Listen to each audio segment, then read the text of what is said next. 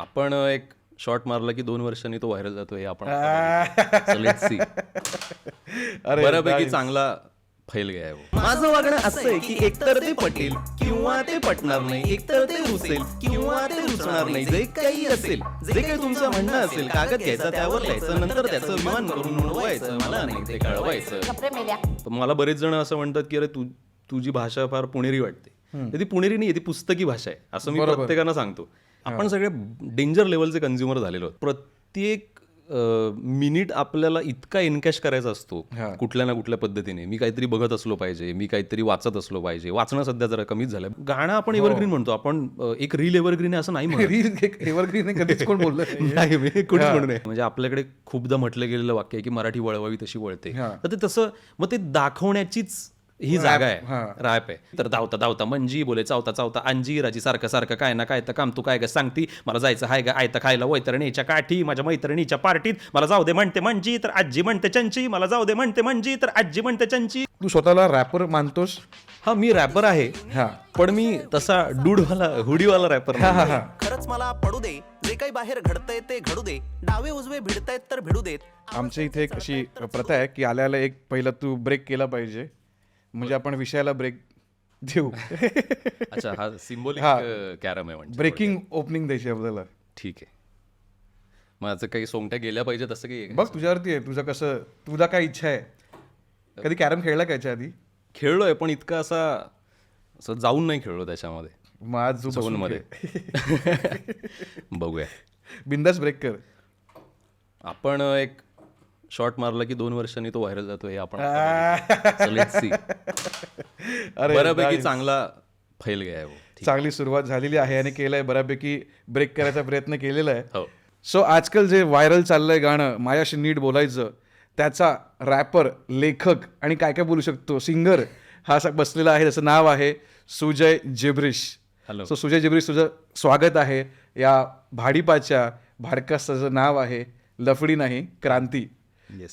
आमचा हा जो भाडकास्ट असतो ज्यामध्ये आम्ही काय करतो की अशा कलाकारांना बोलवतो की जे काही क्रांती करण्याचा प्रयत्न करतायत त्यांच्या पर्टिक्युलर फील्डमध्ये त्यांच्या पद्धतीने. आणि आम्ही पहिली जी सीझन करतो त्याच्यात आम्ही मराठी रॅपर्स किंवा रॅपर्स इन जनरल जे आहेत त्यांना बोलवलं आहे. आणि सगळे विचार करत असेल की कोणाला बसवलं आहे मी, कारण ह्या माणसाचा चेहरा जरी तुम्हाला ओळखीचा नसला तरी याचं गाणं आज सगळीकडे व्हायरल होतं आहे. आणि ते गाणं आहे माझ्याशी नीट बोलायचं. सो तुम्ही ते गाणं सगळ्यांनी ऐकलं नसेल तर मी एकदा ते प्ले करतो. मी आपण त्या झोन मध्ये सगळ्यांनाच ते एकदम फील येईल.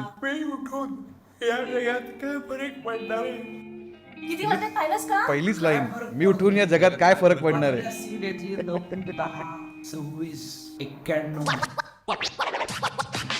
अतिशय युनिक, अतिशय वेगळा असा आळस मला आलेला आहे. त्यामुळे खरंच मला पडू दे, जे काही बाहेर घडतंय ते घडू दे, डावे उजवे भिडतायत तर भिडू देत, आवाज त्यांचे चढतायत तर जाऊ देत, रडू देत, रडणारे ओक्साबोक्षी, उडणारे पक्षी बिक्षी उडू देत, विमानांना नडू देत.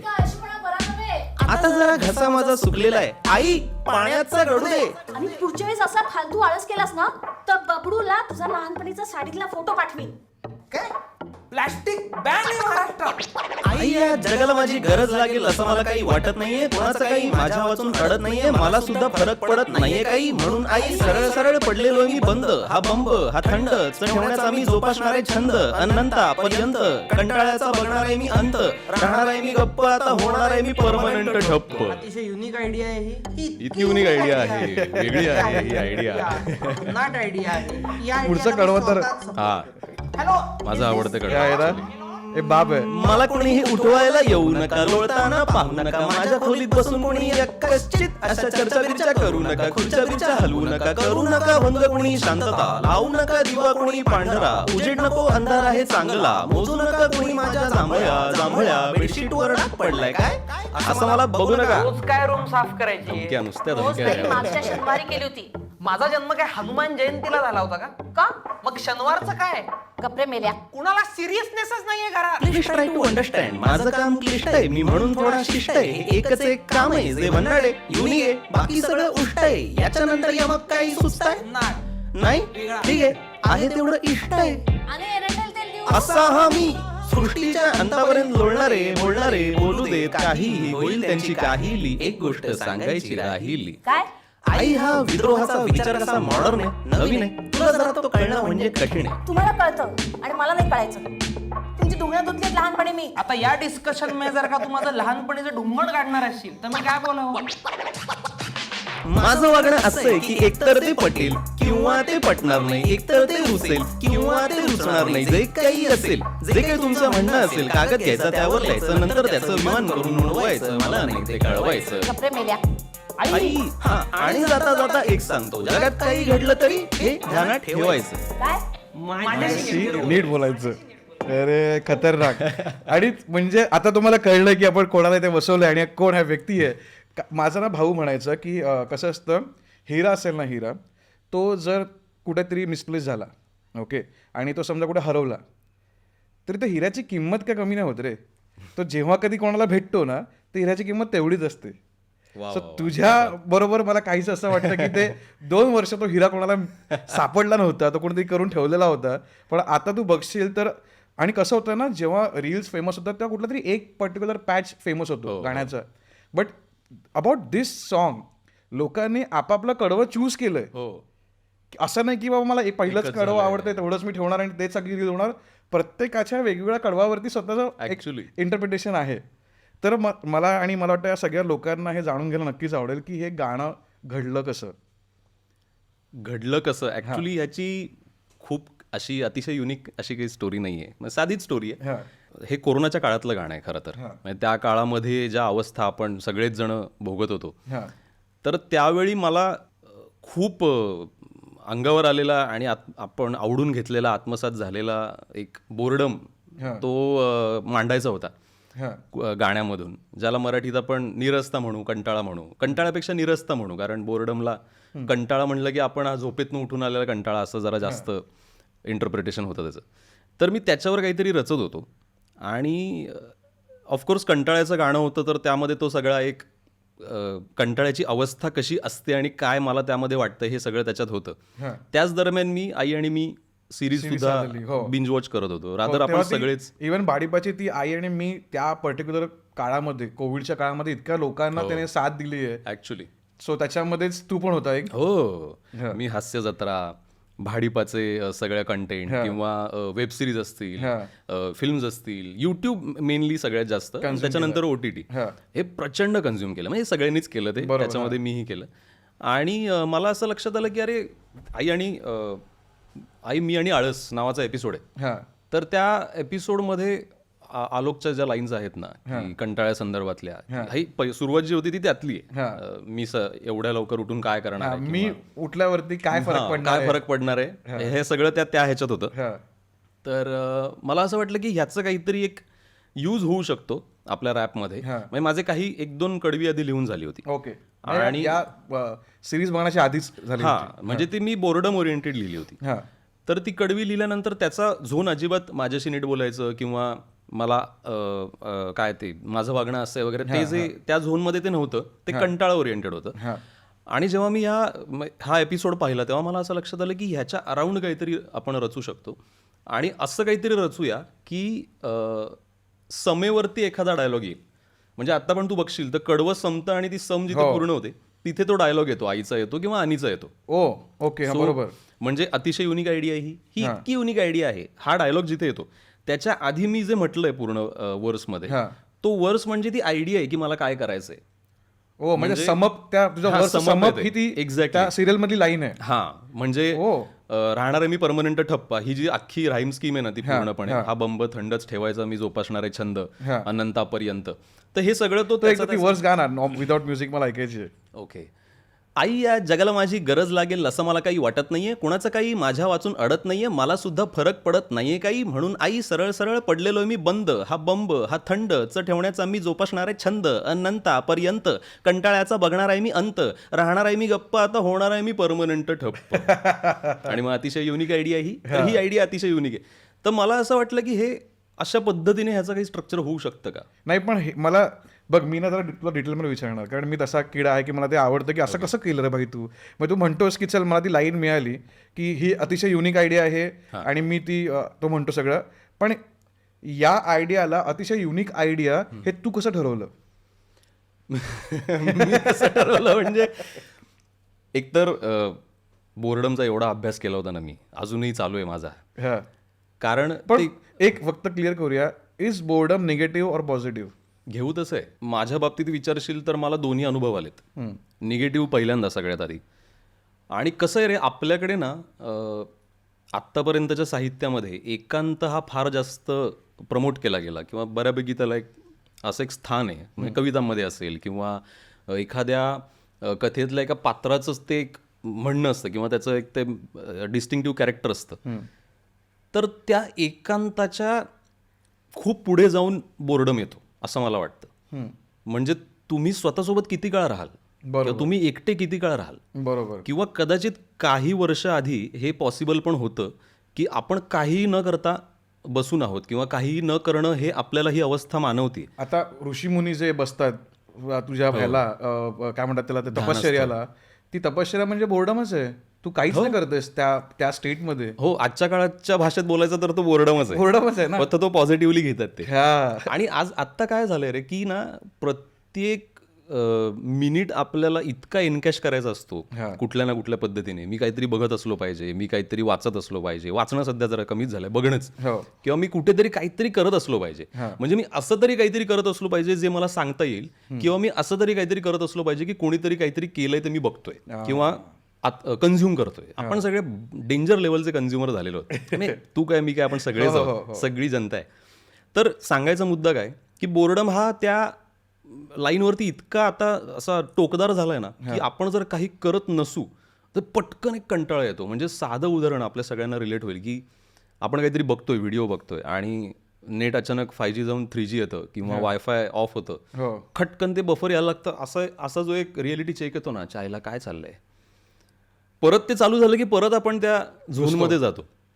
पण तो मधला जो पॅच असतो ना, तो असतो 3 सेकंदांचा, जो कदाचित कोरोनाच्या काळात आपण सगळ्यांनी 3-3 तास 3-3 महिने असा उपभोगला. अर्थात त्यावेळी ते हे सगळं होतं आपल्याकडे, पण जागा न सोडता येणं आणि रिपिटेशन येणं त्या सगळ्या ह्याच्यामध्ये, त्याच्यामुळे जो बोर्डम आला ना, तो मला कुठेतरी असं वाटलं की हा निगेटिव्ह पण इम्पॅक्ट करतोय, जो ऍक्च्युअली कसा करत होतं, अँझायटी वाढणं असेल किंवा खूप ओव्हर थिंकिंग करणं असेल, त्या ह्याच्यातनं तेच जनरेट होतं. बाय प्रोडक्ट आहे ते असं वाटतं मला. पॉझिटिव्ह म्हणशील तर त्याचं कलात्मक रूपात भांडवल झालं. म्हणजे मला बोर्डमवरती गाणं करायचंय हे एका अर्थी भांडवलच आहे त्या बोर्डमचं. म्हणजे मी जे साचवून घेतलं आतमध्ये त्याचं गाणं झालं, आणि ते गाणं आज इतकं व्हायरल होतंय, तर हे फलितच आहे की त्या सगळ्याच. पण तुम्हाला की मी बोर्डममध्ये मास्टरी केली म्हणजे काय केली? म्हणजे अगदी सुरुवातीपासून सांगायचं तर मी ना फार घराबाहेर पडत नाही. म्हणजे मी तशा झोनचा माणूसच नाही. एकतर मी खूप इंट्रोवर्ट आहे, आणि मी अशा पद्धतीचा इंट्रोवर्ट आहे की मला तुला जर फोन करायचा असेल तर मी त्याच्या आधी माझी स्क्रिप्ट तयार करतो की मला हे बोलायचं आहे, मला असं असं बोलायचं आहे. आणि जर ह्याच्यामध्ये काही अनप्रेडिक्टेबल प्रश्न आला तर माझे फंबल पडतात. म्हणजे आत्ताच्या इंटरव्ह्यूला सुद्धा, म्हणजे पॉडकास्टला सुद्धा मी डेंजर लेवलची तयारी करून आलो इथे. तर तशा पद्धतीचा मी इंट्रोवर्ट माणूस आहे, त्यामुळे बाहेर पडणं होत नाही. आणि मग घरात बसून काय, तर आत्ता हे फोन आले. मी लहानपणापासून माझं वाचन खूप चालू असायचं, ते माझ्या घरून आलंय. म्हणजे माझे वडील प्रचंड वाचतात, आमच्या घरी भरपूर लायब्ररी सारखी पुस्तकं वगैरे आहेत. तर ते एक टूल होतं माझ्याकडे. आणि फक्त तेवढं टूल नव्हतं. म्हणजे तू वाचन पूर्ण झाल्यानंतर, म्हणजे आपल्याकडच्या मला वाटतं की पुस्तकं ह्या एकंदरीत गोष्टीची गंमतच ही आहे की ते फक्त वाचत असतानाच्या त्या कृतीमध्ये तुम्हाला आनंद देत नाही. तुम्ही वाचून झाल्यानंतर जे आत्मसात करता त्याचं चिंतन आणि त्याचं जे काही आपल्या डोक्यात घुसळण होते ना, ती पण फार ट्रिप देणारी असते. तर त्या ट्रिपा मी फार घेतल्यात. आणि त्यामुळे ना, म्हणजे एकटं कोपऱ्यात बसून काहीतरी करत राहणे, याच्यातनं काहीतरी मिळत पण जातं आणि काहीतरी गमावलंही जातं. तर त्यातनं जो बोर्डम आला, त्यातनं मी काही, मग आपण थोडे सोशल स्किल्स कमी असणे किंवा बाहेर फार पडायची इच्छाच न होणे, अशा पद्धतीचे झोन माझे झाले. पण म्हणून मी बोर्डम म्हणजे एक्सप्लोर करू शकलो. मी असे पण काही पळाला नाहीस. नाही, उलट मी बोर होतोय म्हणून मी काहीतरी वेगळं करायला घेतो, किंवा मी एक जाऊन सायकल चालवतो असं नाही. बोर्डमध्ये थांबलो. मी त्याला म्हणलं चल काय करू शकतो आपण बघूया, चिल करू आपण. तर त्यातनं बरंच साहित्य, पण साहित्य आपण आपल्या कामाला साहित्य म्हणू नये, मोठा शब्द येतो, बरंच कंटेंट निर्माण झाला आपला. म्हणजे मी काही कथा लिहितो हा. तर त्या कथा सुद्धा माझ्या त्या बोर्डममधनं झाल्यात. मग त्यातनं जे काही लिहिलं गेलं ना कंटेंट रूपामध्ये, तर त्यात एकतर तो फॉर्म मला विकसित करता आला ह्या सरियलिस्टिक ॲब्सर्डिस्ट गोष्टींचा, आणि दुसरं म्हणजे हा रॅपचा. म्हणजे तो शब्दच्छल असेल किंवा वेगवेगळं काहीतरी प्रयोग करून बघणं असेल, तर हे सगळं त्या बोर्डमच्या स्थितीमधनं आलंय ते. म्हणजे बोर होणं ही चांगली गोष्ट आहे हे आपण बघू शकतोय की त्यातनं एक हिट गाणं मिळालं आपल्याला ऍक्च्युली. हा. सो मग तू हे म्हणतोस की आता तू मला बोलताना म्हणतोस की बोर्डम मुळे हे गाणं आलं, आणि तू शेवटी म्हणतोस की तो म्हणतो की मी आळस एवढा आहे मला की मला काही नाही करायचंय, आणि तो शेवटला असं कन्क्लूड आहे की हे एक उत्तम आयडिया आहे. सो ही उत्तम आयडिया आहे काही न करणं, हे कसं काय आलं? अच्छा, हा ट्रिकी प्रश्न आहे ऍक्च्युली. हे कसं आलं म्हणजे तुला आता परत एकदा सांगायचं तर बोर्डम एनकॅश करणं हा एक भाग आपण डिस्कस केला. हा. काहीच न करणं हे सुद्धा एक प्रकारचं एनकॅश करणं आहे, हे पण त्यातला एक पार्ट आहे असं मी म्हणतो. 5 स्टारची ऍड, 5 स्टारची ऍड ना की कुछ ना करना भी बहुत कुछ करने जैसा है. म्हणजे हे कधी येतं, मग ही अवस्था कधी येते, जेव्हा तुम्ही एकाच म्हणजे एक टर्म आहे, मला वाटतं ही ओशोंची टर्म आहे, भोगी त्यागी संन्यासी अशी. म्हणजे अशा पद्धतीचा संन्यासी की जो थेट संन्यासाच्या स्टेजला नाही गेलाय, त्याने आधी खूप भोगलं, त्याने इतकं भोगलं म्हणजे फक्त भोगलं, दुःख असं नाही, उपभोगलं, इतकं उपभोगलं की ते उपभोगणं संपून आता त्याचा तिटकारा यायला लागला, म्हणून त्याचा त्याग केला, आणि त्या त्यागानंतर तो संन्यासी झाला. ओके. सो ही टर्मिनॉलॉजी मला इतकी आवडते, म्हणजे ती मला पटते पण, की जे बोर्डममध्ये आपल्या किंवा आत्ताही अपार्ट फ्रॉम बोर्डम आपल्या सगळ्यांचं होतंच, की आपण इतकं काहीतरी कन्झ्युम करतो की एक असा एक निर्वात पोकळीसारखा एक पॉईंट येतो आपल्या सगळ्यांच्या. कुठल्या तरी दिवशी असेल, काही लोकांना तो सॅटर्डे संडेला येत असेल, आपल्यासारख्या शेड्यूल नसणाऱ्या माणसांना कदाचित तो दररोज पण येत असेल. बरोबर. पण असं वाटतं की नील राहावं, काहीच करू नये, म्हणजे काही बघू नये, काही बोलू नये, कोणाला काही विचारू नये, न्यूट्रल राहावं, न्यूट्रल, भविष्याचा विचार करू नये, भूतकाळात रमू नये, आणि फक्त पडू नये. मग काही लोक त्याला काही टूल्स पण जोडतात की मी फक्त चंद्र बघत पडलोय, किंवा झोन्ड आउट होणं म्हणतात. हा, मग त्याच्यासाठी काही असे हे पण आहेत, ऍडिशनल सबस्टन्सेस आहेत की काही लोकांची गरज असते, काही लोकांना नसते. तर मला मग ती पण एक अवस्थाच आहे, तर ती पण मला तेवढीच आवडते, म्हणून ती त्या ओके वर्स मध्ये आली. की पण मग तू हे गाणं लिहिताना तू दरवी तुला हे सगळं वाटलं तो एक एपिसोड बघून? नाही, हे वाटलं आधीच होतं. हा. तो एपिसोड बघितल्यानंतर त्याच्यातले काही गोष्टी क्लिअर झाल्या, किंवा त्या मला शब्दात आत्ता तुला सांगता येतात की मी हे असं कनेक्ट केलं. ओके. ते आधी कुठेतरी डॉट्स कनेक्ट झाले होते, पण त्याला एक आपण मूर्त स्वरूप देतो ना, किंवा आर्टिक्युलेट करणं म्हणतो ना, हे नंतर झालं त्याच्यामध्ये. ओके.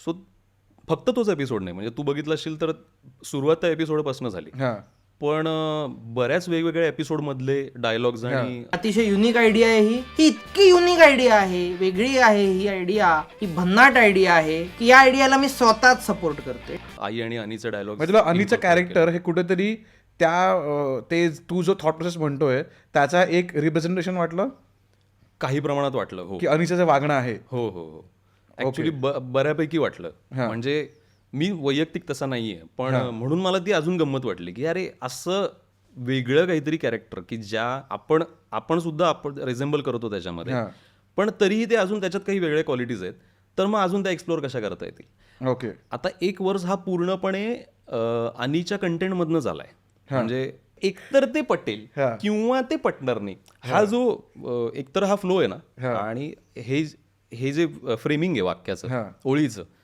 हे अनीच आहे ऍक्च्युली.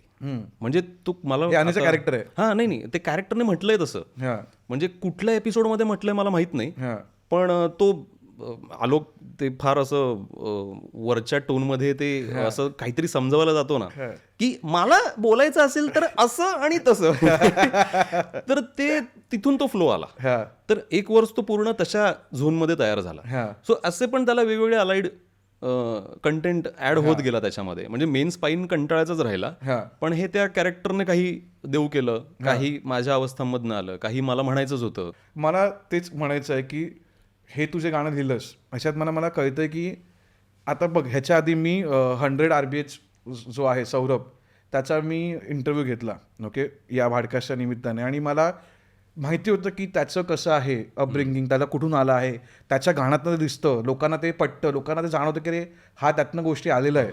ओके, जसं तुझा आता मी आळस हा विचारला तर तू आळस स्वतः अनुभवलेला आहेस, हो. त्यातनं आलंय.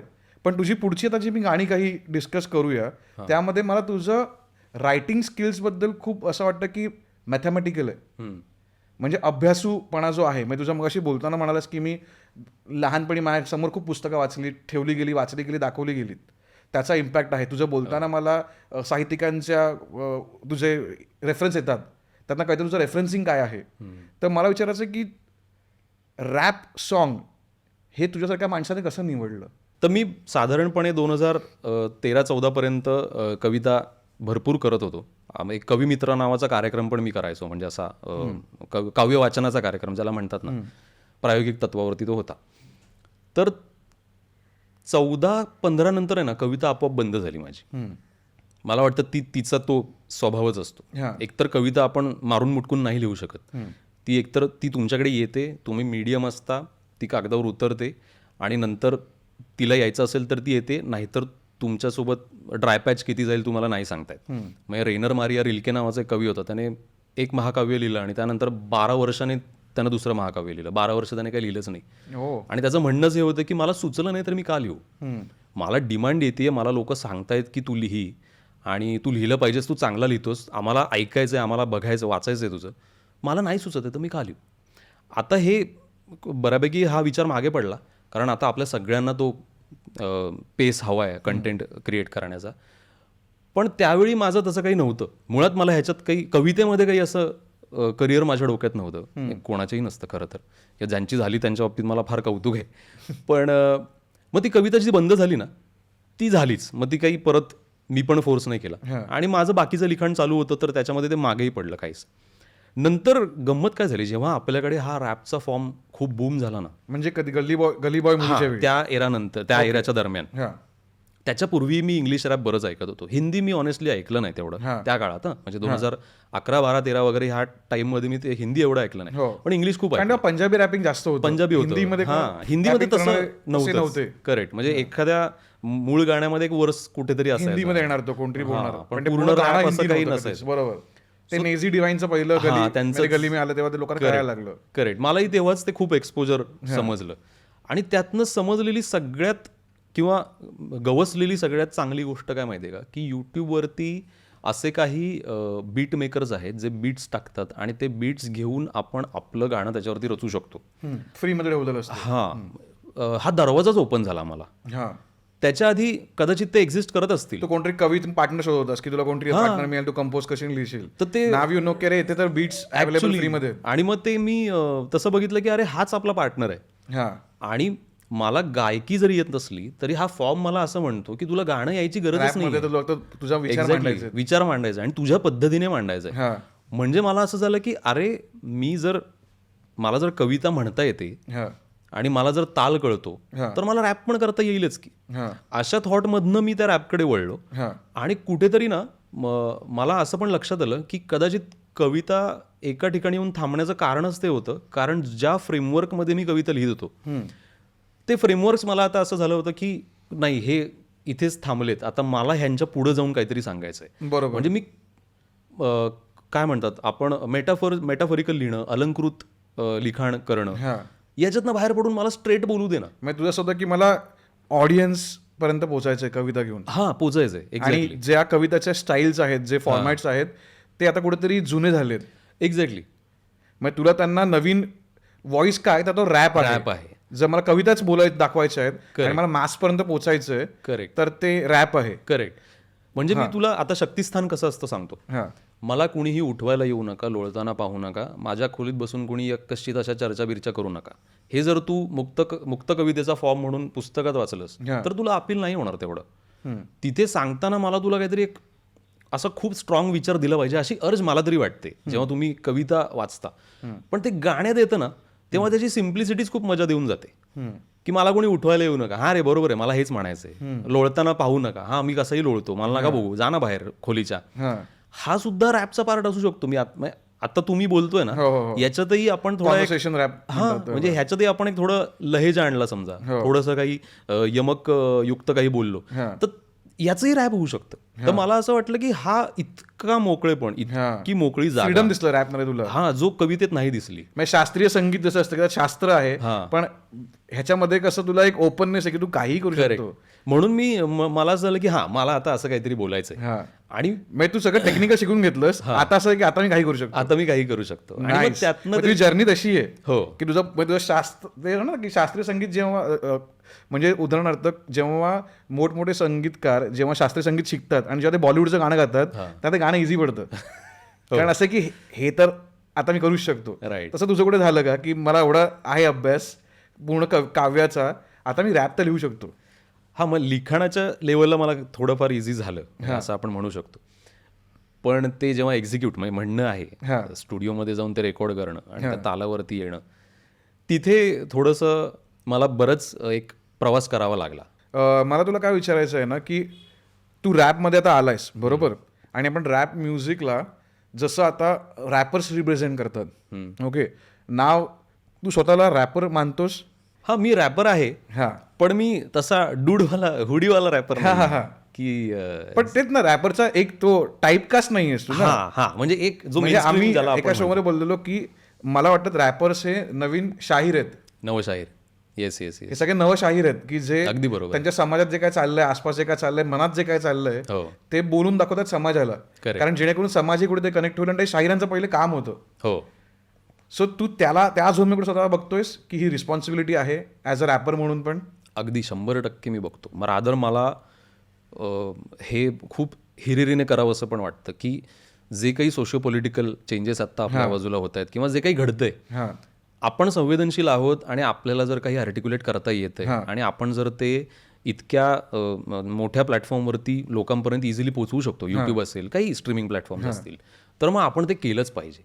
म्हणजे एंटरटेनमेंट व्हॅल्यू मेंटेन करून अशा पद्धतीचं काहीतरी एक संदेश देणं असतं किंवा काहीतरी म्हणणं सांगणं असतं. संदेश म्हणजे प्रत्येक वेळी तो आयडियलिस्टिक असला पाहिजे असं काही बरोबर. पण काहीतरी सांगायचंय मला हे दिसतंय हे XYZ असं असायला पाहिजे किंवा XYZ मला हे पटत नाहीये बरोबर हे मला बोलायचं असेल तर मला म्हणजे आपलं मत मांडणं हो हे इम्पॉर्टंट आहे प्रचंड. आणि म्हणजे तू जेव्हा म्हणत होतास स्टार्टिंगला की जेव्हा तू कविता वाचत होतास ओके सगळ्यांच्या आणि त्यात कळलं की लोकांची मतं काय आहेत एक लेखकाची आणि मग तुझं ठरलं की मलाही बोलायचं आता बरोबर मला तू त्यांच्या काय बोलायला घेतलंस कॉपी करायला मग तू बोला की हे तर जमलंय मला आता मी माझ्याप्रमाणे बोलून बघतो ना. आता तुला रॅपिंगमुळे एक मीडियम मिळालं आहे की मी कुठल्या भाषेत बोलू शकतो. बरोबर म्हणजे भाषा इन नॉट सेन्स की मी लँग्वेज नाही म्हणत लँग्वेज नाही म्हणत आहे मी कनेक्ट करणारी कनेक्ट करणारी भाषा बोलू शकतो. तर आता जेव्हा मी तुझं एक गाणं अस्सल मुंबई मी प्ले करीन आता इकडे ते जे गाणं आहे आधी मी प्ले करतो मग आपण राज्याबद्दल बोलूया. ओके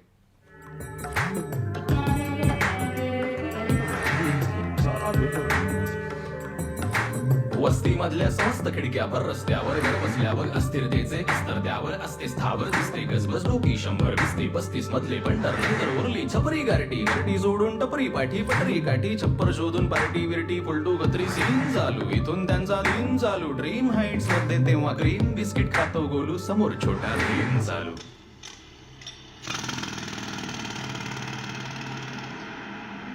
जिथे कुठे होती माती झाले तिथे इमारतीला बोलक अगोदर आले त्यांचे घरदार छोटे तरी कानाभार आरपार मागोमाग आले त्याची सिटीमध्ये सिटीबाग पेटीमध्ये पेटी जर तिथे येत नाही त्यांचे घरदार मग तर दूरवर भेटी गाठी राहते सुटाबुटाची मुंबईवरती खऱ्या खुऱ्यांची खाली गर्दी भल्या बुऱ्यांची झाली गल्लत संच्या आमच्या भिंती सल्लग माती अल्लग हाती फल्लग शिल्लक निव्वळ कल्लरचा कल्चरच्या संकर बिंकर वर इकडे श्वासागणी घर्षणी तुला चेहरा चेहरा हे तू अस्सल मुंबई दर्शन. सुपर्ब रे. म्हणजे मला ना काय वाटतं माहितीये तसं ना की ते म्हणतात की मुंबई 25 मुंबई 26 आणि तर हे मुंबई 12चं गाणं आहे. आला माझ्या रेफरन्स लक्षात आला. हे लालबाग परळचं गाणं आहे बरोबर. तर हे कसं काय तू कसं काय या म्हणजे तू मुंबईत तुझा जन्मगाणी काय आहे त्याची स्टोरी ऐकायला आवडेल मला की हे मुंबई तुला कशी कळली? माझ्या बॅकग्राऊंडमध्ये असे काही मिसळ झाली आहे ना की मला जर मी मगाशी ज्या पद्धतीची माती म्हणलं ना मला तशी स्वतःची माती नाही आहे. म्हणजे मला बरेच जण असं म्हणतात की अरे तुझी भाषा फार पुणेरी वाटते. ती पुणेरी नाही आहे ती पुस्तकी भाषा आहे असं मी प्रत्येकांना सांगतो की ते जे काही उच्चार आहेत किंवा जे काही बोलणं ज्या पद्धतीचं वाक्यांचं फ्रेमिंग आहे ना, हे पुस्तकातनं आलेलं आहे. म्हणजे तुझा माझा लहेजा डेव्हलप कसा होतो, जर तू कोल्हापूरचा असशील तर तुला तिकडचं ते आपोआप होतच की तुझ्यासोबत आला का हे तुझ्या शब्दात आपोआप येतं. मर्दा येतं, ते पुण्यात गेल्यावर येत नाही. तिथे खूप वेगळे शब्द येतात, भावा येतं कदाचित, मुंबईत गेल्यावर बच्ची येतं. पुस्तक वाचणाऱ्यांच्या सोबत काहीच येत नाही, किंवा त्यांचे काहीतरी वेगळे अजून हे असतात, बोलण्याचे लिंगो असतात. तर ना त्यामुळे झालं काय की या मुंबईकडे बघण्याचा पर्स्पेक्टिव्ह माझा खूप थर्ड पार्टी राहिलाय. म्हणजे मी राहतो पनवेलला, पण तरी माझं मुंबईशी कनेक्शन तसं आत्तापर्यंत नव्हतं, कारण मी मगाशी म्हणलं तुला मी घरातनं बाहेरच पडत नाही. त्यामुळे मी जाऊन ते खूप तिथे रमलोय, तिथे माझं एक काहीतरी सर्कल आहे आणि त्या सर्कलमध्ये मी जाऊन त्यांच्यासारखं जगतो बघतो. तर तसं तोपर्यंत झालं नव्हतं, जोपर्यंत मी एक नाटक लिहिलं नाही, तोडी मिल फॅन्टसी नावाचं नाटक. हे गाणं ॲक्च्युली त्यातनं डिराईव्ह झालंय. तोडी मिल फॅन्टसी. येस, तोडी मिल फॅन्टसी हे मी त्या मुंबईच्या गिरणी कामगारांचा जो आत्ता त्यांची जी आता तिसरी पिढी आहे, म्हणजे तो संप झाला त्याच्यानंतर एक पिढी जी एका क्रायसिसमधनं गेली, त्यांची मुलं जी आता आपल्या वयाची, त्या मुलांचं काय कसं बघणं आहे, काय म्हणणं आहे, त्यांच्या चाळीसमोर सरसर सरसर उभा राहणाऱ्या इमारती बघून, टॉवर बघून त्यांना काय वाटतं. बरोबर. आणि जिथे त्यांच्या आज्याने किंवा बापाने गिरणीमध्ये कामगार म्हणून काम केलं, त्याच गिरणीच्या त्याचा सगळा प्रिमाईस तसाच ठेवून आता तिथे कॅफे उभा राहतो. आणि त्या कॅफेला ते लोक त्या गिरणीचं टेक्स्चर ठेवतात की हे खूप युनिक आहे म्हणून. त्यांना कळत नाही की अरे, कळत नाही म्हणण्यापेक्षा तिथे एक लढा झाला होता, त्याच्या सगळ्यात ते सगळं लिंपलं जातं त्यांच्या त्या लाईट्समध्ये असेल, त्यांच्या त्या ब्युटिफिकेशनमध्ये असेल. आणि तिथेच ही मुलं स्वीपर म्हणून पण काम करतात, डिलिव्हरी बॉईज म्हणून काम करतात. मग त्यांचं नेमकं कसं कनेक्शन आहे, हे डिस्टॉर्शन किती विचित्र आणि थोडंसं अंगावर येणार आहे. बरोबर. तरी हे त्या नाटकाचा कॉन्टेक्स्ट आहे. खूप अमेझिंग नाटक आहे, कारण त्या नाटकाचा पूर्ण एक्सपिरियन्सच वेगळा आहे. जर कधी ते आलं, आम्ही भाडीपाला नक्कीच सांगू की नाटक जेव्हा जेव्हा ते येईल ते जाऊन ते नाटक प्लीज बघा, कारण तो एक वेगळा एक्सपिरियन्स आहे. त्याच्यामध्ये रॅप होतोय, त्याच्यामध्ये डान्स होतोय, जॅझ आहे आणि नॉर्मल स्टेज सारखं पण नाहीये ते. त्याच्यामध्ये 2 मजली सेट आहे त्याच्यामध्ये, आणि ते म्युझिकल शो येतो. नाटकाचं नाव आहे तोडी मिल फॅन्टसी. तर ह्या नाटकाच्या दरम्यान मी मुंबईला एक्सप्लोर केलं आणि तेव्हा मी हे सगळं कल्चर बघितलं, अनुभवलं. आणि त्यातनं मग ते नाटक, आधी एक कथा लिहिली गेली, मग त्याचं नाटक लिहिलं गेलं. आणि मग आपल्याला असं असतं ना की अरे मला अजून काहीतरी मांडायचं आहे, आणि मग ते ह्या अस्सल मुंबई गाण्यातनं मांडलं. तुझा फेवरेट कुठला पार्ट आहे जो तू गाऊ शकशील? ऍक्च्युली फेवरेट पार्ट जो आत्ता आपण प्ले केला ना, तो पण आहे. त्याच्या आधी एक छोट्या 4 ओळी आहेत, मला त्याच्याविषयी सांगायला खूप आवडतं. बोल ना प्लीज, कारण गाऊन मजा येईल. डाळभात लोणचा कोण नाही कोणचा, पब्लिक इथली अवली आहे. राडा व्हायला बसलाय वासू, नाक्यावर जरा गरमी आहे. 7 रस्त्याच्या हेमिंग वेला तिथेच लागली तंद्री आहे. गोल पिठागत चंद्र वरतून बघतोय सगळं दर्दी आहे. अशा त्या 4 ओळी आहेत. ह्या रॅपच्या ओळी नव्हत्या, ह्या गाण्याच्या, म्हणजे असं त्याच्यात मेलडी येते म्हणून मी आता त्या अशा तुला प्लेन म्हणून दाखवलं. बरोबर. मी गायला गेलो तर मग जरा प्रॉब्लेम होतील म्हणून. तर ह्याच्यातनं मला सांगायचं काय, ह्या 4 ओळींमध्ये ना गिरणगाव म्हणजे लालबाग, परळ, चिंचपोकळी तो जो एरिया आहे, तिथल्या रायटर्सना हा ट्रिब्यूट आहे. म्हणजे तिथले रायटर्स कोण तर भाऊ पाध्ये, चंद्रकांत खोत, आपले नामदेव ढसाळ आणि जयंत पवार. तर डाळभात लोणचा कोण नाही कोणचा, पब्लिक इथली अवली आहे. डाळभात लोणचा कोण नाही कोणचा हे जयंत पवारांच्या पुस्तकाचं नाव आहे. ऍक्च्युली ते वरण भात लोणचं आहे, पण ते मीटरमध्ये बसवायला मी डाळभात केलंय. पण तेच आहे ते, पोटेटो पटाटो तसं आहे ते. दुसरं आहे की राडा व्हायला बसलाय वासू, नाक्यावर जरा गरमी आहे. राडा भाऊ पाध्येंच्या पुस्तकाचं नाव, वासू नाक्यावर जरा गरमी आहे. वासू नाका अगेन पाध्येंच्या पुस्तकाचं नाव. 7 रस्त्याच्या हेमिंग वेला तिथेच लागली तंद्री आहे. 7 रस्त्याचं हेमिंग वे हे टोपण नाव त्यांना म्हणायचे, कोणाला, आपलं चंद्रकांत खोतांना 7 रस्त्याचा हेमिंग वे. तर कारण तो 7 रस्त्याचा जो एरिया आहे मुंबईमध्ये, तिथला हेमिंग वे, मला त्या सगळ्या गोष्टी माहिती आहेत. तुला काय असं सांगतो तू वेगळं लांबून कुठेतरी ऑडियन्स नक्कीच नसेल, त्यामुळे तू सांगतो ती चांगली गोष्ट आहे. तर 7 रस्त्याचा हेमिंग वे असं त्यांना म्हणायचे, म्हणून 7 रस्त्याच्या हेमिंग वेला तिथेच लागली तंद्री आहे. आणि गोल पिठागत चंद्र वरतून बघतोय दर्दी आहे. गोलपिठा नामदेव ढसाळांच्या कविता संग्रहाचं नाव. तर असा तो त्या चौघांना ट्रिब्यूट म्हणून त्या ओळी लिहिल्या होतात. तू दरवेळी ना तुझ्या जो तुझं हे संपतो त्याची लाईन येते दरवेळी वेगवेगळ्या लाईन्स आहेत. गर्दीत पडली ओस, मुंबईची किमया थोर, फिनिक्सच्या राखेतून उठलाय मोर. अगेन जयंत पवारांच्या पुस्तकाचं नाव. गर्दीने पडली ओस, हा, म्हणजे ओस पडणं इज व्हॉट डिझर्टेड, हो. जिथे कोणीच नाहीये. बरोबर. आता गर्दीच इतकी आहे की त्या गर्दीत सगळे ओस पडलेत, म्हणजे म्हणजे ते असं असतं ना केओसमध्ये एकांत, हा. तसं येते. गर्दीने पडली ओस, मुंबईची किमया थोर, फिनिक्सच्या राखेतून उठलाय मोर. हे फिनिक्सच्या राखेतून फिनिक्स मॉलसाठी लिहिलेलं. नाही, ते जयंत पवारांनी लिहिलं असेल. माझा रेफरन्स फक्त त्यांच्या कारण मला ते एकदम असं आयरॉनिक वाटलं ना की फिनिक्स मॉल तिकडे आहे नाही, एक्झॅक्टली. आणि त्या फिनिक्सच्या राखेतून उठलाय मोर. तू बघशील ना मुंबईचे जे नवीन सगळे ब्रिज आहेत त्याच्यावरती लाईटच्या खाली मोरचं हे लावलंय. अरे हे किती कनेक्टेड. तर मी ते बोललो बापरे एवढं कसं काय. नाही, फिनिक्सच्या ऑनेस्टली मी तसा विचार नव्हता केला याचा. ते एक छान होतं. नंतर जो अजून एक आहे हे बोलू नको नाही, कारण हे खूप डिफिकल्ट. एक तो शब्द असे असतात ना एक दिठीत येत नाही त्यांचे घरदार, मग तर दूरवर भेटी गाठी.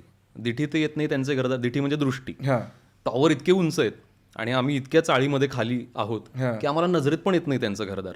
मग तर दूरवर भेटी गाठी. राहते सुटाबुटाची मुंबईवरती, खऱ्याखुऱ्यांची खाली गर्दी, भल्या बुऱ्याची झाली गल्लत, त्यांच्या आमच्या भिंती सल्लग, म्हणजे चाळीची भिंत आणि टॉवरची भिंत एकच असते. माती अल्लग, हाती फल्लक शिल्लक निव्वळ कल्चरच्या कलरचा फक्त फलक आमच्या हातात शिल्लक राहिलाय. त्यांचा वेगळा आहे, आमचा वेगळा आहे. संकर बिंकर वरवर, संकर इज व्हॉट एकत्रीकरण. ऍक्च्युली एकत्रीकरणपेक्षा चांगलं काहीतरी म्हणू शकतो आपण त्याला. संकर म्हणजे दोन गोष्टींचं मिक्स होणं, मिश्रण होणं म्हणजे संकर. संकर बिंकर वरवर म्हणजे आमचं काही मिश्रण झालं नाही, आम्ही एकमेकांमध्ये मिसळू नाही शकलो, ते वेगळेच राहिलेत, आम्ही वेगळेच राहिलोय. इकडे श्वासागणिक घर्षण, इथला चेहरा निरखून घेतू अस्सल मुंबई दर्शन. श्वासागणिक घर्षण म्हणजे तू समजू शकतोस की प्रत्येक पावलाला कुठला ना कुठला तरी मुद्द्यावरती घर्षण आहे, संघर्ष आहे. मग तो मेट्रोमध्ये चढण्यापासून असू दे, पाण्याचा असू दे, अजून काही प्रदूषण हवेचं असू दे, ट्रॅफिकचं असू दे, सगळीकडे श्वासागणिक घर्षण, इथला चेहरा निरखून घेतो. म्हणजे मुंबई दर्शन करायचं तर तुम्ही गेटवे ऑफ इंडिया आणि XYZ गोष्टी बघू नका, तुम्ही इथली माणसं बघा. ते म्हणून त्याच्यात शेवट असा आहे की पटेली नाहीये बारक्या, हेच आहे अस्सल मुंबई दर्शन. पब्लिक आपली अवली आहे, सबको सलाम कर चल, पटेली नाहीये बारक्या, हेच आहे अस्सल मुंबई दर्शन. नाक्यावर जरा गरमी आहे, व्हायला बसली अनबन, पटेली नाहीये बारक्या, हेच आहे अस्सल मुंबई दर्शन. म्हणजे मुंबई ही आहे, मुंबई ती नाही आहे. तुम्ही जी चकचक बघता ती मुंबई नाही आहे. म्हणजे तो मुंबईचा एक पार्ट आहे, त्याला प्रतिकात्मक स्वरूपात मुंबई म्हणू नका. ऍक्च्युअल मुंबई ही भूमिपुत्रांची जर आपण म्हटलं तर ही आहे ती. आणि आता त्याचं एक रूपांतर जे होतंय ते तसं व्हायला लागलंय, त्याला कसे आम्ही रिॲक्ट होतोय ह्याच्याबद्दलचं हे गाणं. ओ नाईस. मला तुला विचारायचं आहे की तू आता हे जे अस्सल मराठी पण लिहिलंयस, ओके, त्यामध्ये नाही कुठली स्लँग जास्त वापरलंय ना अशी कुठली भाषा, तुझ्या भाषेला खूप महत्त्व देतोस आणि शब्द पण तुझे चूज करतोस, ते तू म्हणजे विचार करून लिहितोस, खूप क्लिष्ट पण लिहितोस तू. तर असं का तुझं आहे लिहिणं? थोडंफार ते ना माझ्या नॉर्मल बोलण्यात पण आहे असं मला वाटतं. म्हणजे असे काही शब्द, आता हे खरं तर नसायला पाहिजे असं समोरनं येणारी प्रतिक्रिया की अरे काही शब्द असे आहेत की जे बऱ्याचदा ऐकले जात नाहीत. मला असं वाटतं की हे खरं तर उरलेले शब्द आहेत, आपण त्याच्यापासून लांब गेलोय. बरोबर. म्हणून ते थोडंसं तशा दिशेने विचार केला तर तसं एक कॉन्शियस प्रयत्न आहे की हे शब्द आले पाहिजेत. त्याच्याविषयी आपण बोलू. हा मुद्दा लक्षात मी पण ठेवतो, तू पण ठेव.